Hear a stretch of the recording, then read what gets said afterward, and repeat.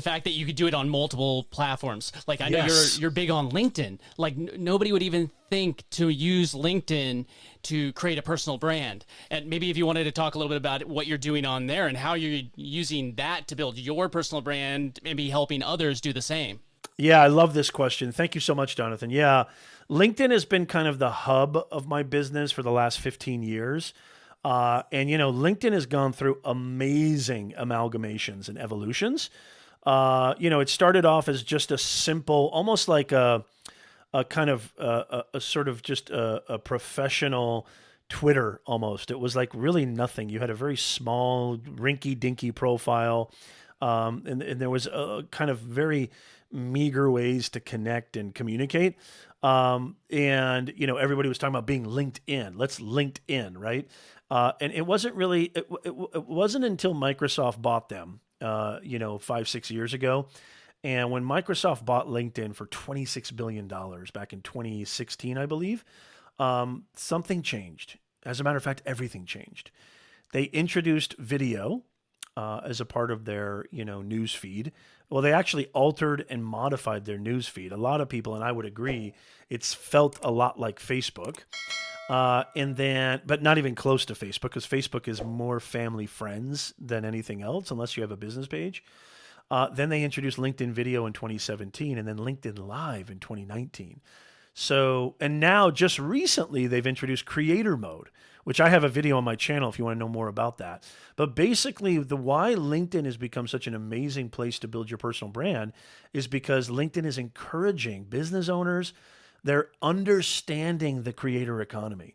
They're understanding that people don't do business with logos. People don't do business with pieces of paper. People don't do business with websites. They do business with people. That's why personal branding. If you come across an advertisement, and it feels like an advertisement, the majority of the time it doesn't work. Advertisements that feel like advertisements don't work. So what personal branding does is it humanizes you. It personalizes. People will not want to do business with you unless they first need to know who you are, awareness. Then once they know you, they need to dig you. They need to actually like you.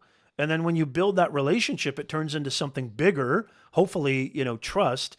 And that's when they're going to transact with you. And that's when they're going to refer you to other people. So what I've been doing on LinkedIn is I've been doing a weekly LinkedIn Live show for the last 2 years, especially during the pandemic, which I know, Jonathan, you're a part of that show, which we go live on YouTube and Facebook as well. I create a lot of video content that's related to my audience there. My audience on LinkedIn is primarily looking to advance their career, primarily looking to leverage a lot of these different tools, right? The entrepreneur toolbox, so they can grow their impact and income, right? Online. So I would highly recommend, if you're an entrepreneur right now and you're listening and watching this, think about creating a powerful LinkedIn profile that identifies how you can solve problems for your ideal audience, just like any other platform. And then start creating some video content, written content, text content, LinkedIn articles. Even curating content on LinkedIn is a powerful way to build your brand.